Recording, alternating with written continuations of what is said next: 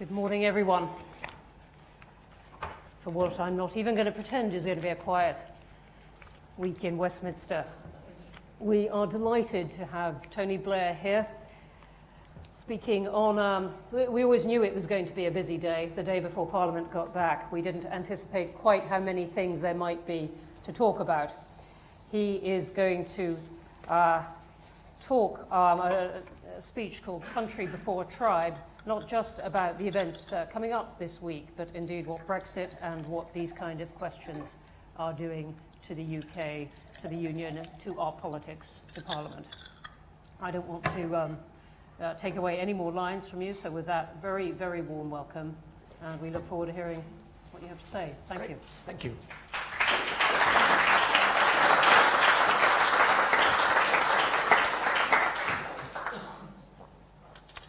Thank you very much, Bronwen, and thank you to the Institute for Government in inviting me along this morning. It's a great pleasure to see everyone. I normally, with a speech like this, try and think of a few jokes to kind of loosen everyone up, but I think Brexit's now gone beyond a joke, frankly, so there you go. And I'll crash straight into the speech. In the modern history of Britain, there's never been a more important moment for politicians to put country before tribe and national interest before self-interest. We're numb to the state of our politics. What is happening is shocking, irresponsible, and dangerous. Our government is ripping Britain out of the European Union by common acceptance, the most important change in this country's affairs since 1945, in the most extreme form of Brexit imaginable, without an agreement to replace the complicated network of political and commercial arrangements we have built over decades of European membership. And it's doing so without the consent of Parliament, but with a deliberate manoeuvre to curtail it, and without the express consent of the British people, relying instead on a one-off plebiscite now over 3 years ago, in which not for one moment was it suggested by those advocating Brexit that no deal would be the outcome. Parliament, the capstone of our democracy, is held up to ridicule as the enemy of the very people who elected it.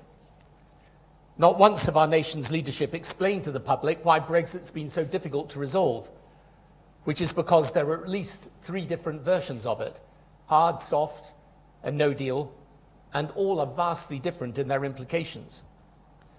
Rather, it has suited them to ride a wave of just do it emotion, born of public impatience. You're bored of Brexit. I'm bored of Brexit, right? We all are. But no serious political leader would suggest that we should take a decision of this magnitude by an effluxion of patience. The obvious way to resolve Brexit was by setting out the different forms of it, making Parliament choose, and if they can't, asking the people to have the final say. This has never been tried by government in a structured way and is now dismissed as a ploy of obstruction when it remains the only plan of reason. So we are poised to leave Europe on the 31st of October with no deal and no idea, frankly, of what it really means. Difficult, damaging, or disastrous.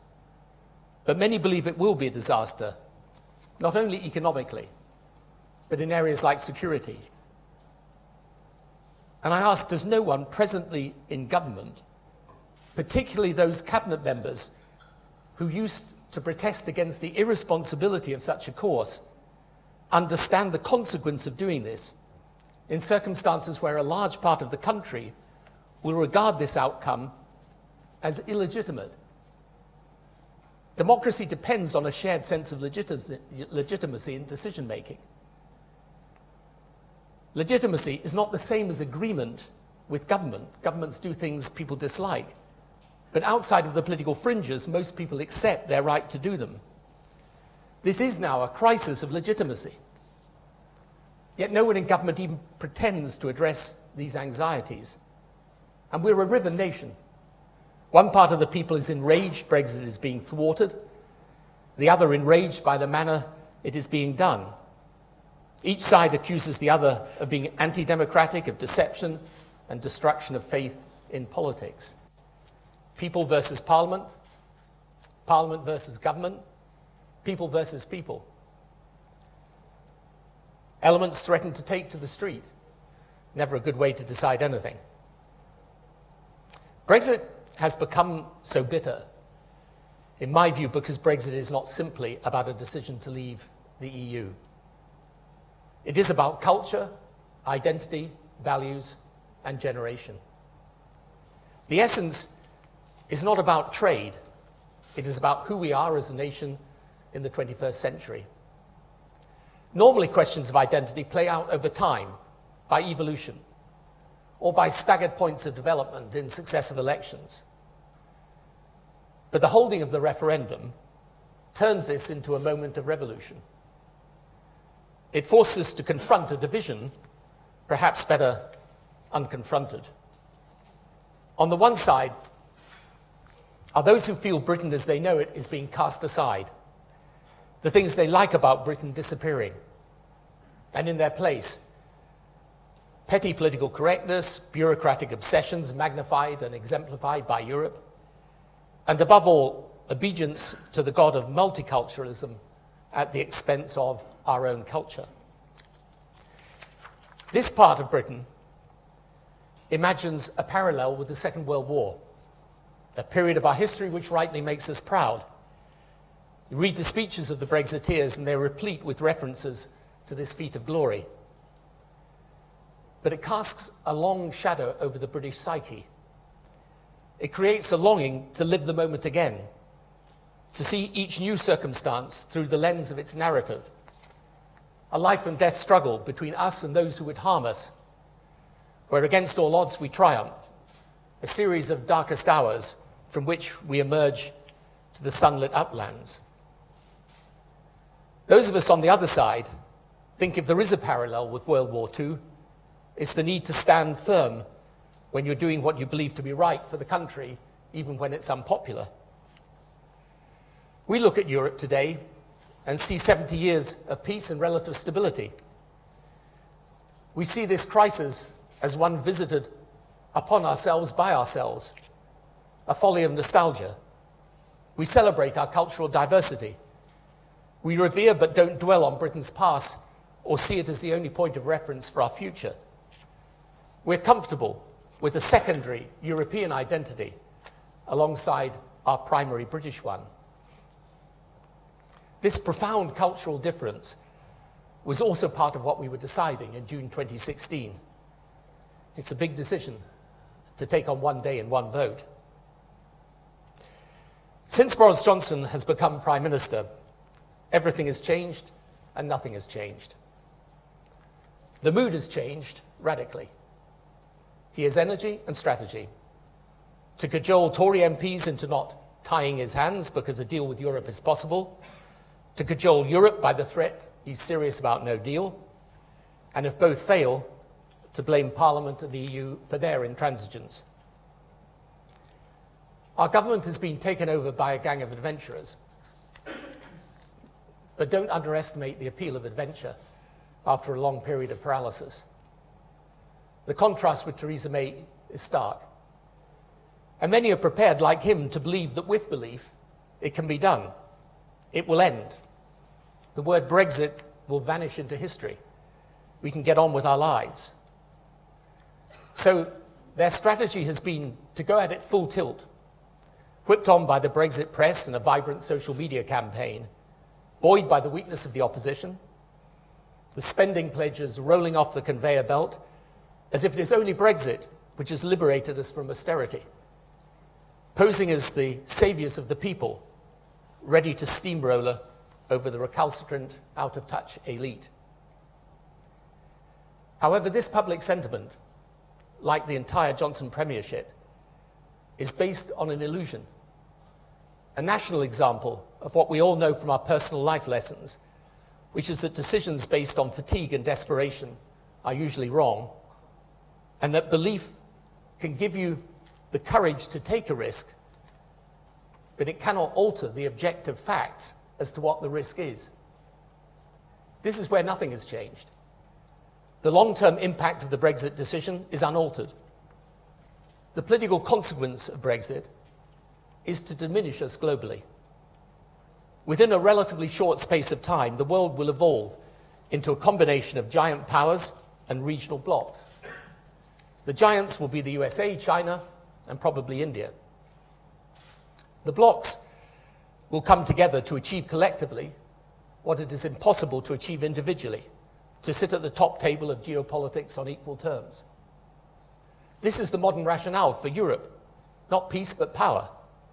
And in time, in Southeast Asia, ASEAN, in South America, Mercosur, in Central Asia, the bloc formed around Russia, the Africa Union.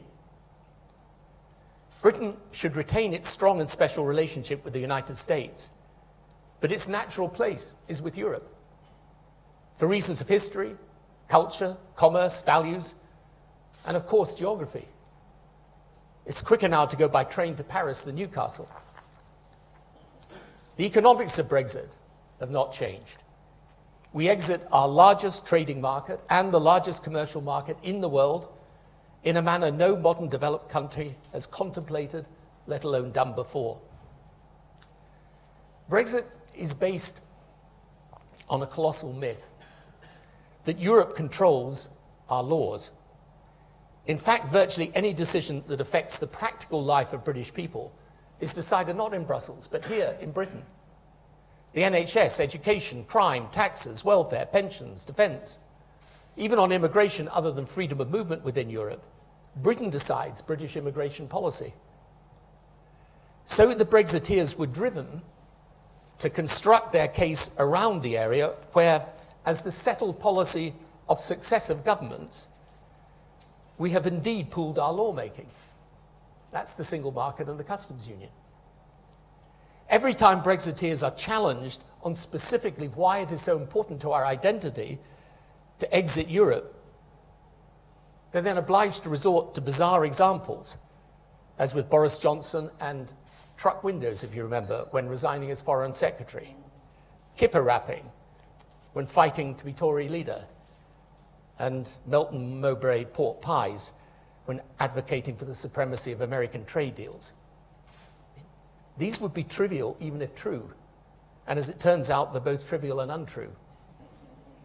But as a result, we are torn between the self-evident truth that exiting such a relationship is bound to be painful, and the necessity of satisfying the Brexiteer myth that we must exit to preserve British identity. Thus, we ended up with the unobtainable cake-and-eat-it strategy. And then we have the added dimension of the Irish border, where naturally the accepted need to keep the border open conflicts with the fact that for the first time, Ireland and the UK will not be in the same economic or political status as Europe. The backstop is merely the expression of this dilemma, because Brexit is really a choice, not a negotiation. If we want out of the single market and customs union, fine, but then we'll have a hard border. If we want an open border, we stay connected to the European system. The latest attempt at a negotiation, as far as we know it, simply underscores this. The new Prime Minister is apparently offering Europe regulatory alignment in certain areas, which will mean effectively abiding by Europe's rules overseen by the ECJ. This is a slimmer version of the May deal presented at Chequers, which he resigned over. He may succeed in this negotiation, but I doubt it. Because ultimately, Europe may change the form of the concept behind the backstop, but not the concept itself.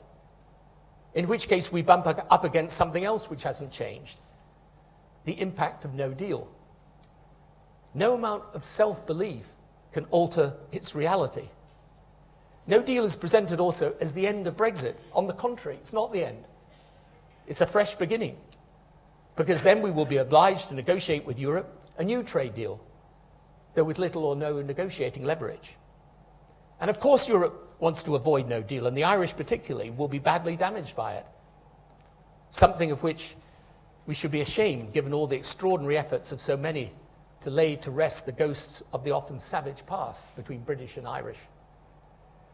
But the principal damage will be to ourselves. And we misunderstand European politics.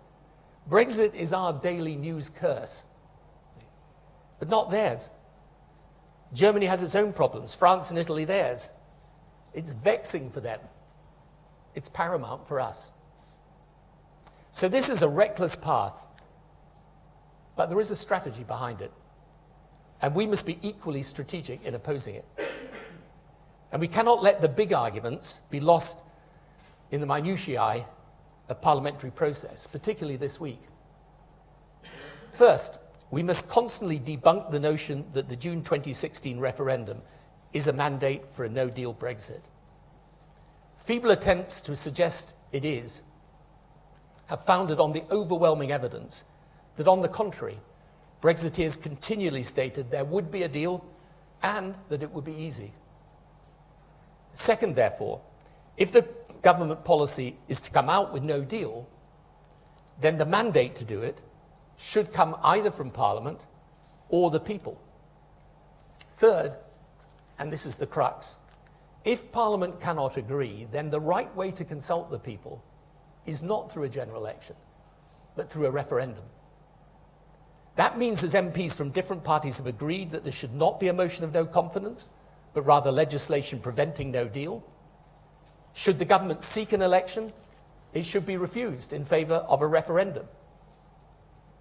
Now, I know it's counterintuitive for opposition parties to refuse an election, but in this exceptional case, it's vital they do so as a matter of principle until Brexit is resolved.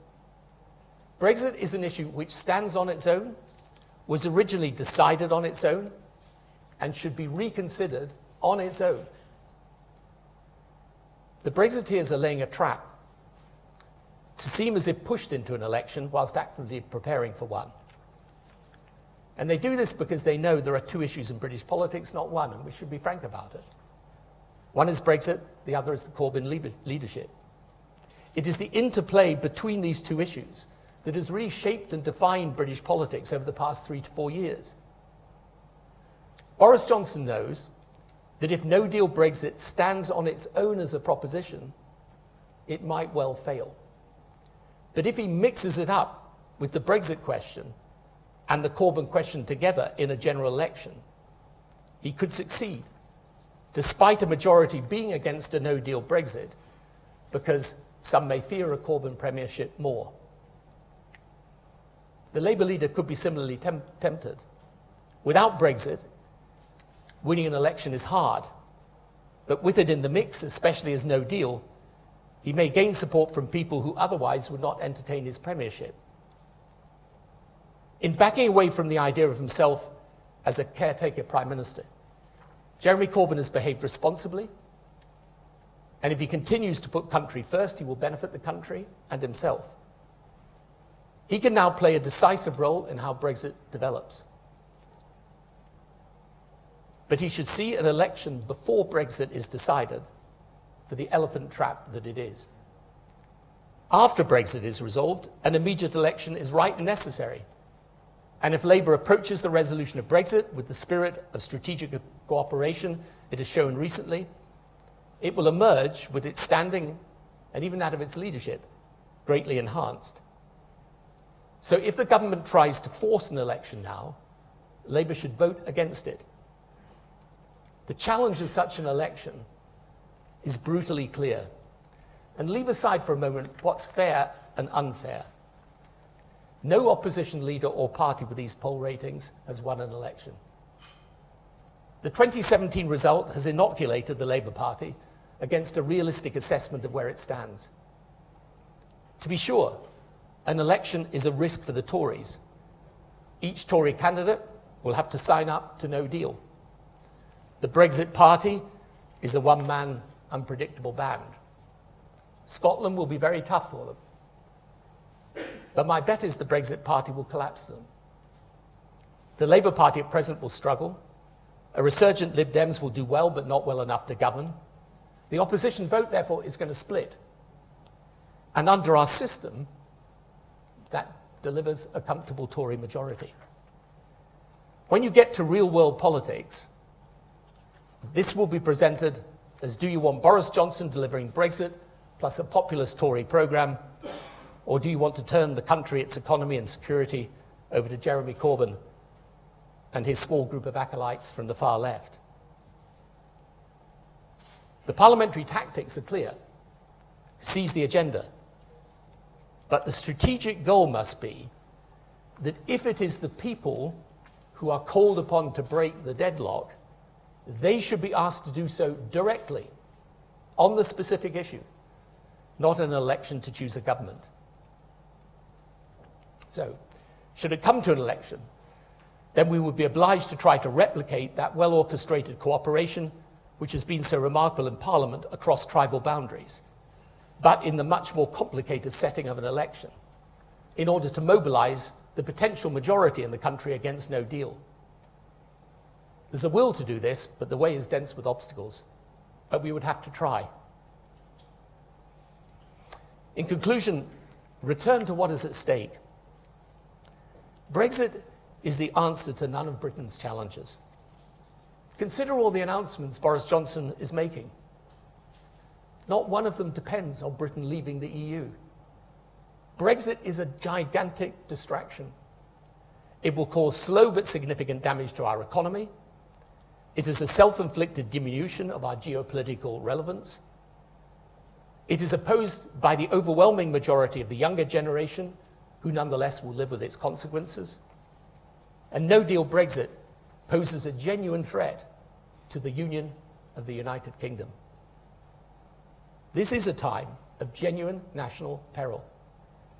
To their credit, many politicians across all parties have been willing to put aside normal politics to meet this abnormal challenge in these abnormal times. They should stay on this path. An intelligent and rational way to Brexit resolution can still be found. But my point this morning is that it requires, as ever in politics, the alliance of principle with strategy. Thank you.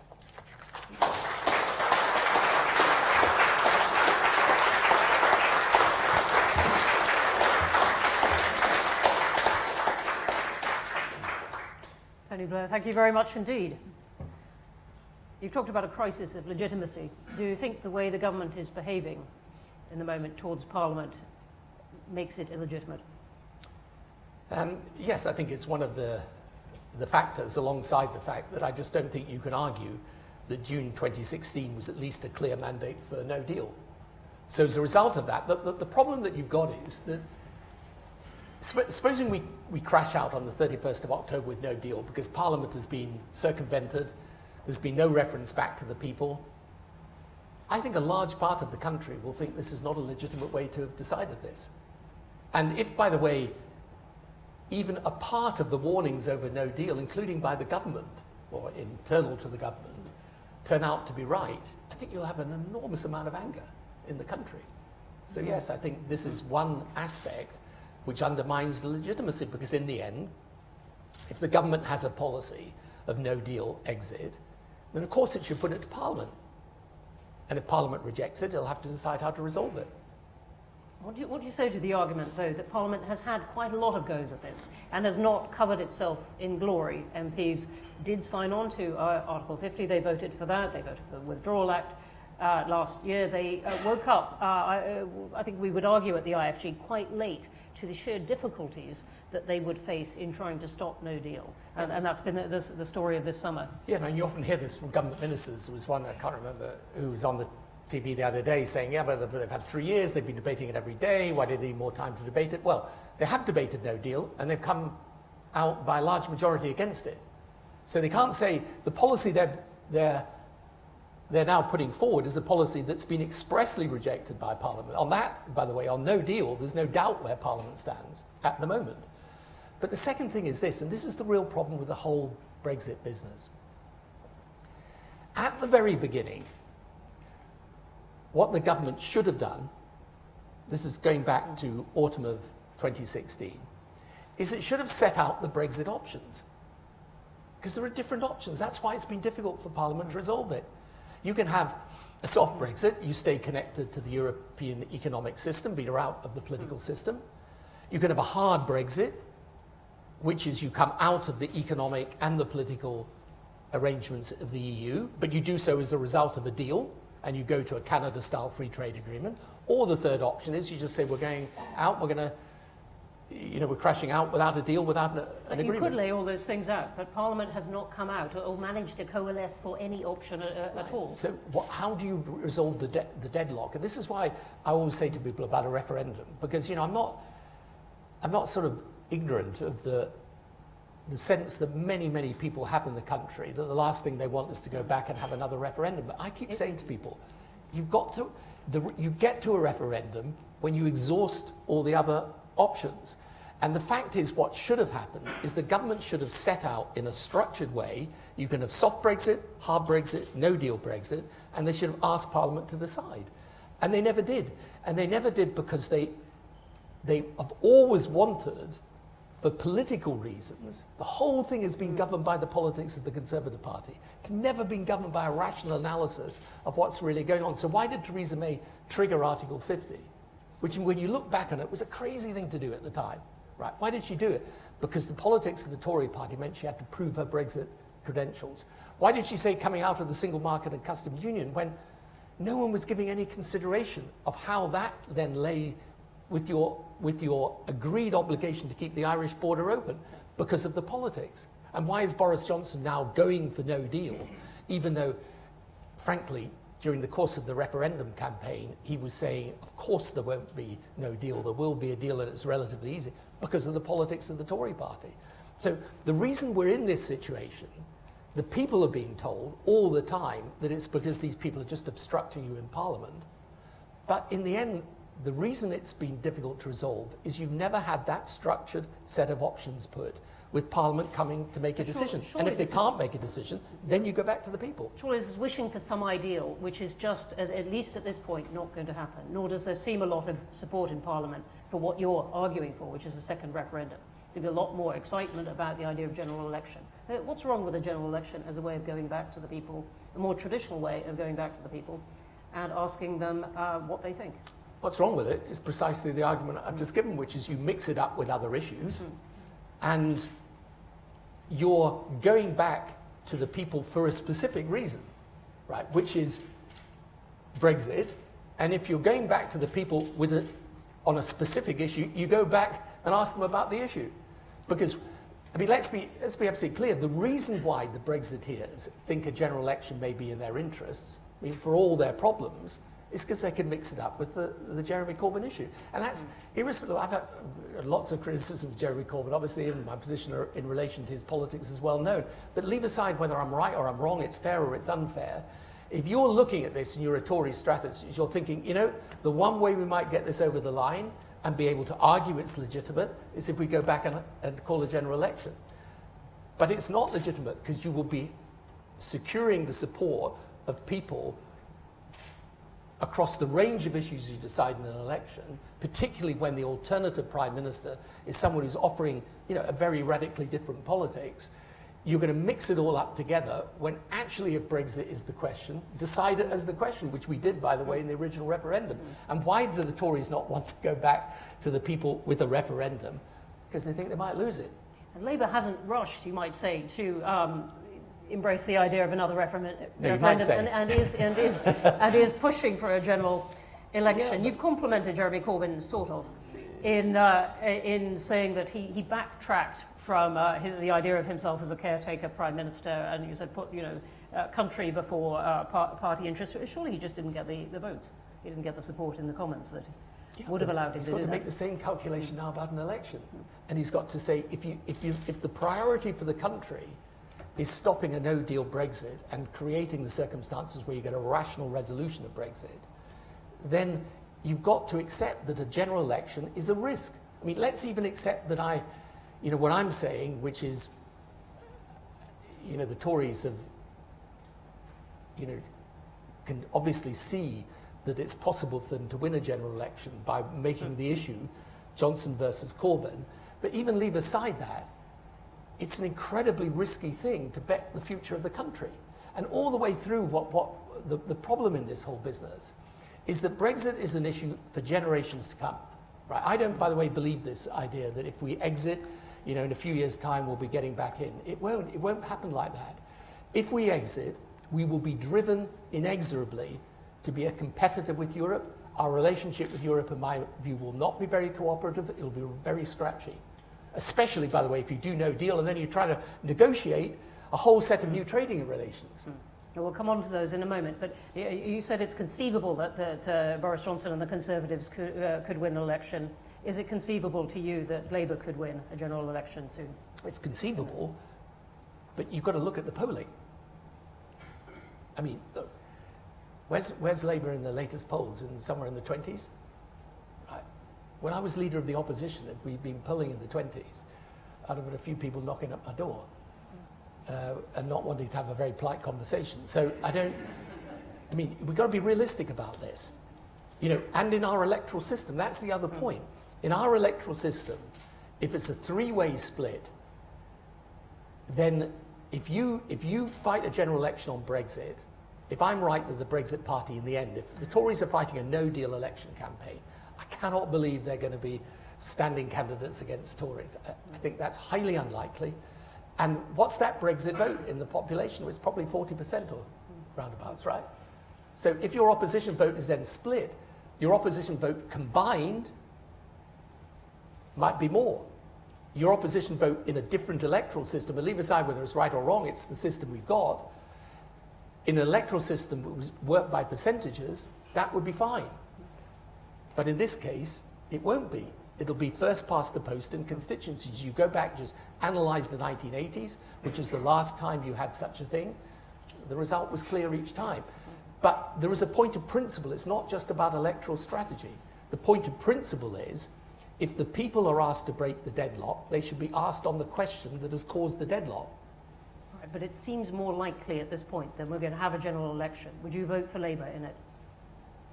Yeah, it's a really difficult question because of the struggle I have with other aspects of Labour policy. But I would the anti-Semitism? But I would be, yeah, and all of that. I mean, look, there's a huge problem within the Labour Party. I personally believe so strongly on Brexit, I'd do virtually anything to stop it, right? But including vote for Jeremy Corbyn? Yeah, including that. I would certainly, I would consider it. Virtually anything. No, it's a problem, isn't it? I mean, the dilemma I'm expressing to you very honestly is the dilemma a lot of people will be faced with. They care passionately about Brexit. They're going to ask in the election what's the best way of stopping it. But on the other hand, you know, it's no great secret, many people like myself have real anxieties about parts of the programme.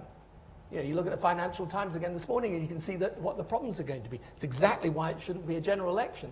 But leave aside whether I do that, or even your Ken Clarks of this world might be prepared to support him as Prime Minister in these circumstances. While the Alistair Campbells have left. Well, you know, they'd have to, people like Alistair would then have to decide what's the best way of stopping Brexit. But my point is this, it doesn't matter what we think. I meet people the whole time who say to me, look, I agree with you on Brexit, but if you guys have an election and it's Boris Johnson versus Jeremy Corbyn, I'm sorry, I'm going with Boris Johnson. And I meet people like that the whole time. So you can't, if you're in serious politics, you can't just ignore that and say it doesn't exist, because it does exist.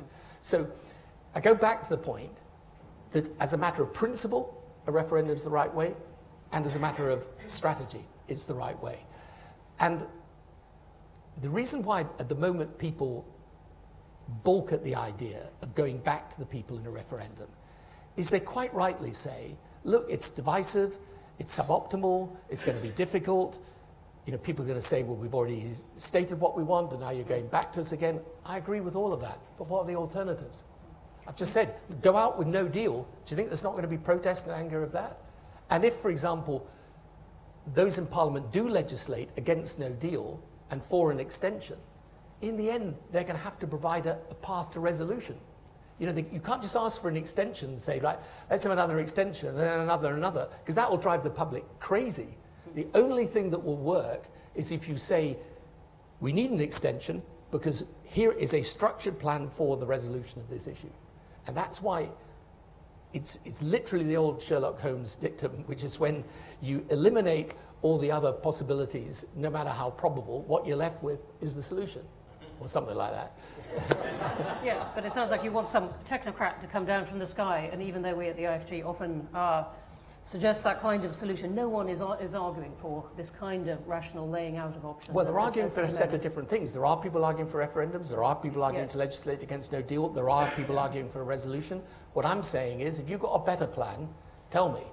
But I don't see what the better plan is. No deal's a bad plan. An extension open-ended for no reason is going to be, frankly, going to be difficult. You mentioned first past the post. Do you think we need an alternative to that now? If we're going to start talking about innovations, we saw Change UK get really not off the ground at all. Is that something that you would back?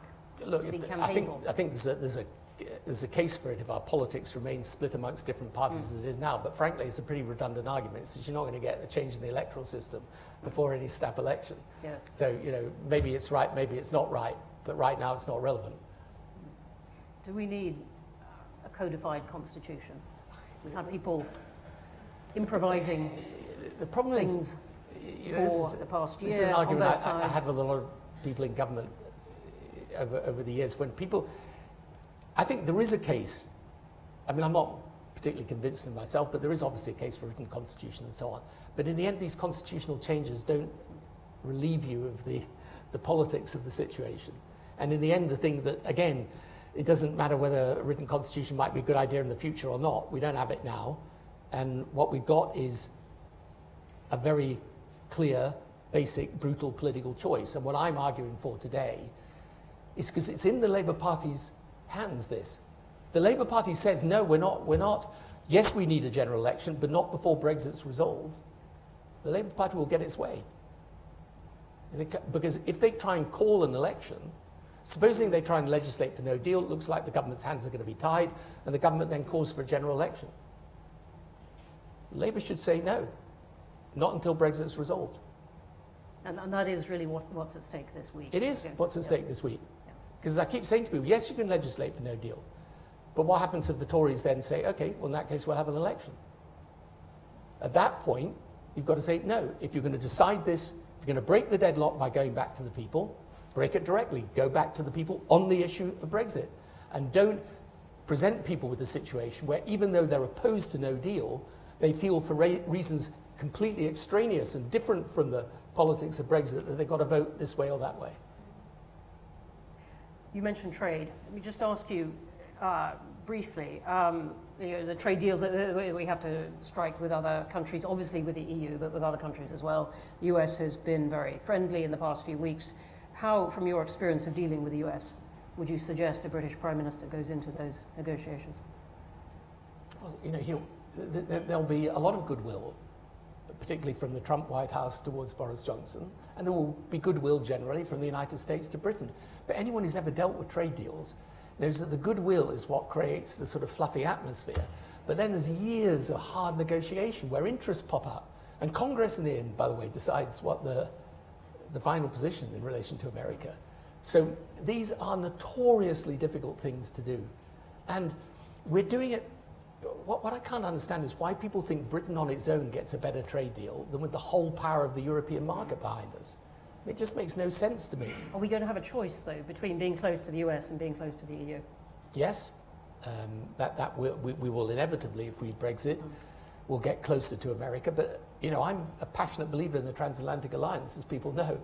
But I also know, if you look at the relationship just as a bilateral relationship, it's not a relationship of equals. Just for reasons, again, one of the things that's weird about this debate is the way people seem to think that self-belief can overcome reality. It's not, when you say it's unequal between the United States and Britain, it's not like you're saying Britain's not a good country. It's like saying, if Manchester City are playing Port Vale, they're likely to win. I mean, it's not, now we're not Port Vale, we're more like maybe maybe Newcastle, right? But we're a Premiership side, okay? But we're not. It's still going to be unequal over a period of time. It's an unequal relationship in that way, and there's nothing that's wrong with saying, you're as a result of this, you're best to be part of your bloc. And that's why the world's evolving into these blocks. You can see it everywhere you go in the world. They're doing it for a very simple reason. When the giants take their position in the middle of this century, and it will be America, China, probably India, for reasons of population and for reasons of the sheer weight and size of America militarily and economically, it's an unequal, everyone else is either a tall country or a medium-sized country. And if the medium-sized don't want to be sat upon by the giants, they've got to band together. That's the reason for Europe. That's the reason why all these blocks are happening. Why do you think ASEAN's created in Southeast Asia? As you will know, it's created because they can see the power of China. So countries like the Philippines and Indonesia and Vietnam realize that today they're going to have to cooperate if they're going to hold their own. And so my worry about Brexit has always been, yes, it's going to be economically damaging in my view, but long term, the damage is actually political as well as economic. It's going to diminish our relevance, and people who think that it isn't are just, they're just not looking at the world realistically. Let me just ask you finally, before we go to questions. You go around the world talking to a lot of other governments, heads of government, of the Global Institute, and in other ways. How do you explain to other countries how a stable, old democracy has begun to unravel in about 3 years? Yeah, it's pretty difficult, actually. I turned up a few months back in one of the poorest African countries in the world, and the first thing the president did was say, "I'm so sorry for you," which is, look, what I say to people is, we'll get through it in the end. We are a great country, we're a great people, we'll come through it. And we will, in the end, if Brexit happens, we're going to have to make the best of it. But it's best with a decision of this magnitude and after this mess that it's taken after people have said, okay, do you want to tell them again or do you want to think again? That's my point. It's not unreasonable, given all the stuff that's happened. I find it unbelievable that people say it's undemocratic in these circumstances to go back and say, okay, you've now got 3 years of experience, you've seen what's happening, we're now faced with the most extreme form of Brexit, do you want it or do you not want it? I mean, the idea is it's not like we're asking some other people. We're asking the British people. And that's why I think that even though there would be protests about holding another referendum, it's hard for those protests to get off the ground ultimately because we're asking them. So they can say... Think again versus tell them again. I'm not so sure that's a winning slogan, but we but it's the reality, isn't it? Yeah. I mean, I always say to people about these political questions is don't overcomplicate them. Ultimately, that's what we're saying. We're saying, because there are people like me, we're the 30 to 35% who are always going to remain. There's nothing that's going to convince us it's sensible to leave the European Union. And then you've got the 30 to 35% who want Brexit. You see this sometimes. We see this in the detailed work that's done on Brexit. There are people who say, yeah, no, I want Brexit. It's economically damaging. I still want it. It's going to damage future generations. I still want it. Right? They want it for whatever reasons. We can agree or disagree. Right? So as ever in politics, it's going to be about the bit in the middle. It's the third in the middle. And right now, they just want the agony to end. Right? And the question is, what is the most persuasive argument with them? And it will be on the Brexit side, just get it done because we should do and we said we would do it, so you just got to do it. And on our side, it'll be it's a massive distraction from the problems of the country. And if you go forward with Brexit on a no-deal basis, you're going to continue arguing about Brexit for many years to come. And that's what the argument will be about. Because those like me and those on the other side who are passionately pro-Brexit, then we're never going to change our minds. Questions? First at the back. Mm-hmm. Thank you. Nigel Fletcher, King's College London.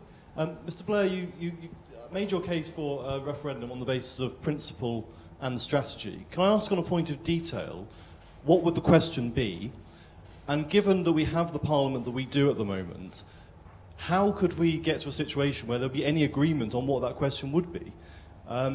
If we can't come to an agreement in any sense on the outcome that Parliament wants to see of Brexit negotiations, how could it agree on a question?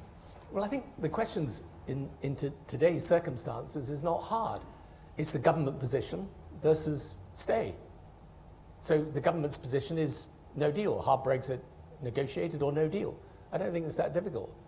And you know, I've always said to people, because one of the arguments people often say to me is, look, have you guys, you Remainers, not made the best the enemy of the good by failing to support a kind of soft Brexit alternative? And what I've always said to that is, there's no point in doing soft Brexit because the Brexiteers will claim it's a betrayal. And the one thing that's absolutely pointless is to do a Brexit that the people advocating Brexit don't like, and the people opposed to Brexit don't like either. So, in the end, I don't think the question's that hard. The question's whatever is the government policy versus the alternative, which is staying. Great. Second row here. Jake's on Sarah Labour's environment campaign. No deal doesn't make sense, but I suppose it only makes sense if you don't want a relationship with the European Union and all the problems that arise from that, no relationships, trading, etc. Why don't you think this comes out more in interviews with Conservative politicians and Brexiteers on the real implications of no deal, and it's a terrible position for the United Kingdom to be in? Because I think it just, you know, they continue with this fantasy that wrenching us out of Europe is going to be very cooperative with the rest of Europe in the medium and long term, and I just think they're wrong about it. But they've got to say it because it's so obvious. I mean, because that's the dilemma at the heart of Brexit. You know, you're exiting the trading relationships that cover half of your trade. So they've got to try and say that it's still going to be a cooperative relationship. But one thing we should really understand, because I find this with every European leader I speak to, one of the things they find most disturbing and irritating about the British position is that we were the people who championed the single market. I mean, back in the 1980s, it was Margaret Thatcher's, I think, industry secretary at the time, Lord Caulfield, that really promoted the concept of the single market. And what we were saying to Europe is, look, rather than some grand political superstate, concentrate on creating one market within Europe. This was the policy of successive British governments, to create this single market, to have this customs union. And so you can understand the irritation when we now turn around, Europe having then been essentially pulled into agreeing this and doing it, when we now turn around and say, well, by the way, that's the reason we want to leave now. And it is one of the really important things. When you ask for details from the Brexiteers as to what are the things they want to do with Britain that they can't because of Europe, that's why Boris Johnson keeps tripping up over these examples. Because in the end, you're driven to look at the single market, because otherwise it's plain that we've got control over it. I mean, look at all the things we've announced. And what have we announced? National Health Service. Make the decisions here in Britain. Education, make the decisions here in Britain. Law and order, make the decisions here in Britain. How much we spend on any of those things, we make the decision here. Do we cut taxes? We make the decision here. I mean, the decisions that decide the future of Britain are decided in Britain. And that's why the whole Brexit thing ultimately is based on classic populist politics. If you've got a problem, something is to blame for that problem. It's not because you're not sorting yourselves out in the right way, it's someone is stopping you. And that's what Brexit's become. Europe's become the scapegoat for challenges that in the end, even if we do Brexit, we're going to be faced with doing them in this country. It's just that we're doing them in a context that's much more difficult for us. Great. Next one. Okay, we've got one over here at the side. If someone's next door, do they want to stick their head round? Thanks so much. Kate Ferguson from The Sun. Mr. Blair, I wondered how big a liability to Labour's chances at the election do you think Jeremy Corbyn is as a leader? And also, do you think Labour should consider going into alliances with other Remain parties in certain seats, like the Lib Dems? Well, I think, you know, on the Corbyn leadership, I've said what I've said. I mean, you can look at the polling and make up your mind on it. But obviously, there's, you know, although he's got very strong support, he's obviously got significant amounts of the population against him. As to what Labour should do with this general election, well, that is a very tough and difficult question, because I think, as I said in my speech, I think you've got to look at ways that you can cooperate across party boundaries, but it's very hard to see how that happens. How it happens, or whether it would work? Or well, both. Let's go third row here. But it's necessary to look at it. Thank you. Imran Hussain with the children's charity Action for Children. Just a quick question about childhoods and life chances for children. So in the first decade, after the turn of the century, we had governments that were focused on children's life chances, which took over 1 million kids out of poverty. The second decade, we had austerity, which is, as the IFS is projecting, is going to put over 5 billion children into poverty by 2022. The third decade, if we have no deal, what's your sense of what's going to happen to children's life chances? I think it becomes a lot more difficult because we will... I mean, there's interesting things. First of all, I don't know how many billions we've already spent on Brexit, but it's a lot. Secondly, if you see that Bank of England report, I think, today on productivity, I think it's the Bank of England report today on productivity, which shows our productivity down something like 3 to 5% as a result of Brexit. It sounds like a small amount. Actually, it's a large amount when you think of its implications economically. You know, yeah, we're going to have less, and all, I mean, there's really no disagreement that Brexit is going to reduce GDP, which reduce, you know, as anyone's ever been in government, if your growth rate, basically the sort of Macauber-esque type of rule when you're in government is if your growth rates are over 2%, you have quite a good revenue position. If your growth rates dip around 1%, you've got a problem. And if they're below 1%, you've got a big problem. And so, yes, it will mean that we don't have the life chances for our kids that we should have. And one other thing I think is really important, I am a big believer that if by whatever way we manage to get out of this Brexit morass, we've got to deal with the underlying things that drove it. You know, you've got to have a realistic position on immigration, and you've got to deal with those communities and those people who feel left behind from globalization. And that should be a big part of any program going forward. The IFG does regularly add up what has been spent on Brexit, but it's dwarfed by the things you're talking about, the impact on productivity and investment and the economic impact. The actual spending, while not small, is smaller than that. Right, at the, towards the back. Enormous amount of anger. Excuse me, would you like to say who you are, please? Yeah, I'm Adam, former European civil servant here, working for your previous government. Enormous amount of anger in the country, no legitimate way to decide. These are words from me from 2003. And so what I would like to ask you is, would your words not be more convincing if you took more responsibility for what you and your government did in 2003 vis-a-vis Iraq? Yeah, but, you know, we had a vote in Parliament. I mean, you can agree or disagree with the decision, but we had a vote in Parliament. I'm asking if you take responsibility. Yeah, well, of course we take responsibility, but we had a vote in Parliament. And we voted to do what we did as a result of the vote in Parliament. So, you know, you can go back to 2003, but I don't think it's really relevant to this. All right, over here. Bruce Lloyd. I have a lot of sympathy with your case for a referendum, but the likely outcome is that it's going to be very close. And if it was the case that the Remain party won the election by a small majority, the Brexit issue isn't going to go away.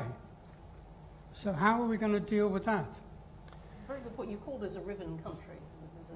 Yeah, I know. So this is why I say to people, you've got to examine each of the potential outcomes here. Because I do think that a further vote, ultimately will be seen as the most legitimate way. I'm not saying there won't be people who say it's illegitimate, because there will be, but it's bound to be a problem for those arguing it's illegitimate if you have the British people deciding again on this issue.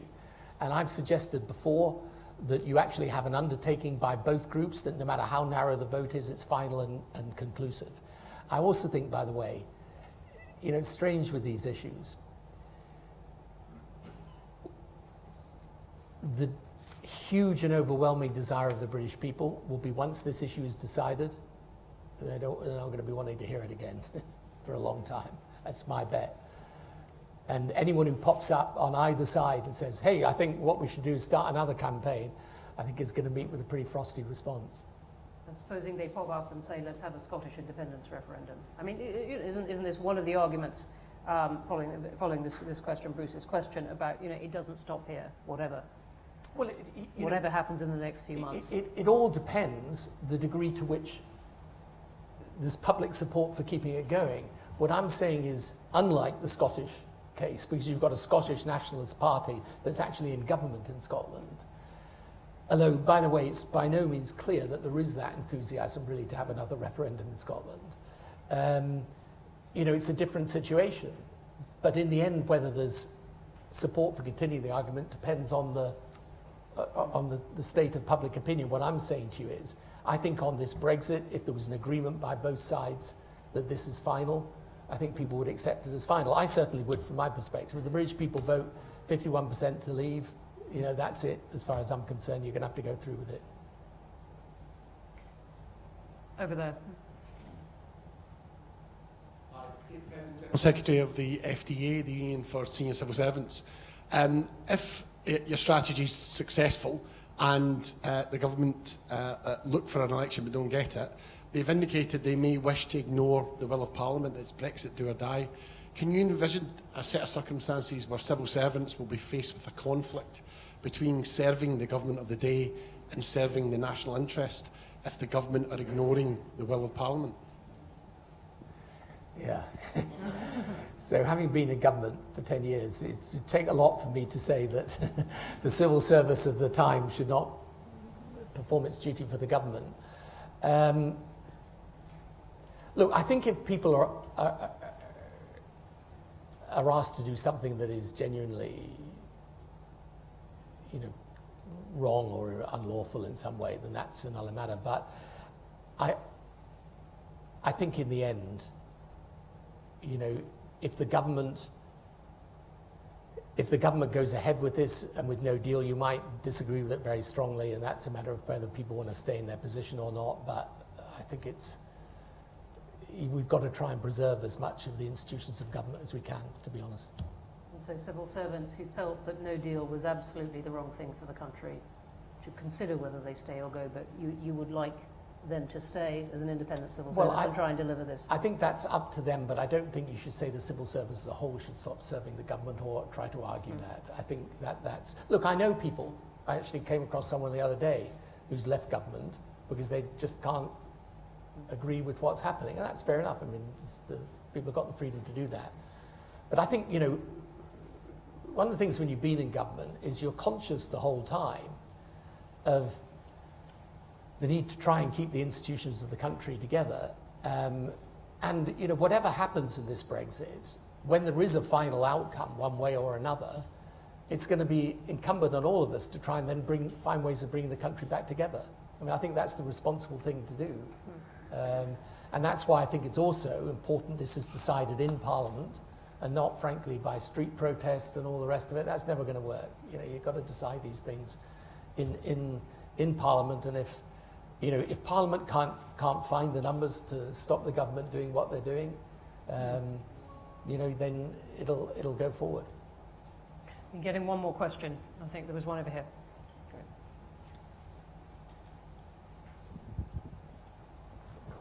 Thanks. Kieran Walsh from the University of Manchester.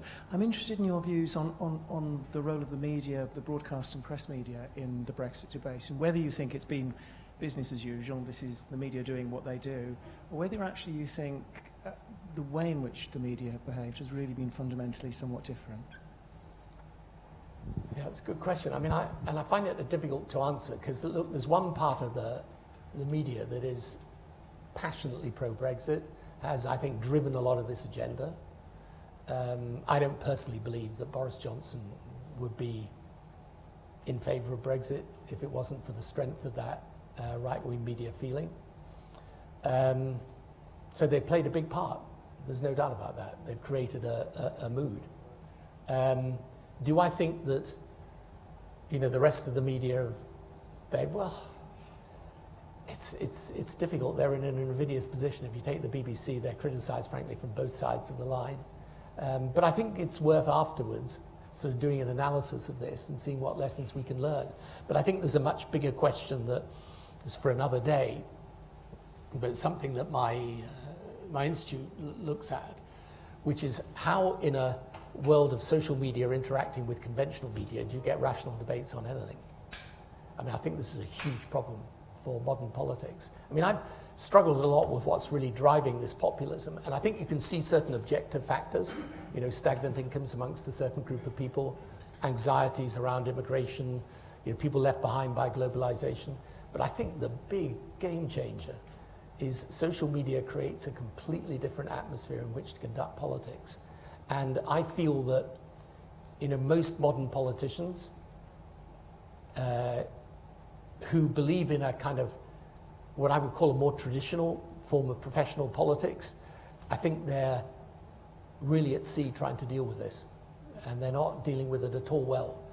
And they're not realizing that in a social media age, you know, it's a completely different type of political activism that you require. But I think the implications for democracy are very, very big, because what I can see happening around the Western world today is, you know, a real split, never mind political tribe, but a split into tribal differences, particularly over culture, that are really deep, and where neither side talks to each other much, engages with each other, trusts each other, likes each other, or even regards the other as having a legitimate point of view.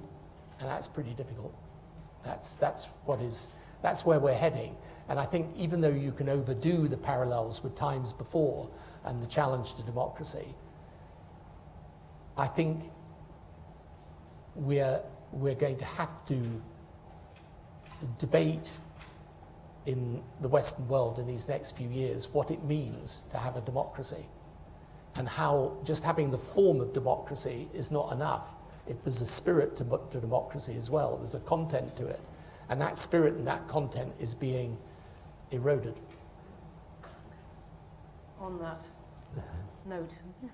I can't even say sardonically that uplifting note. On that note, we're going to have to end. Thank you for really interesting questions, and indeed for coming this morning. And above all, Tony Blair, thank you very much.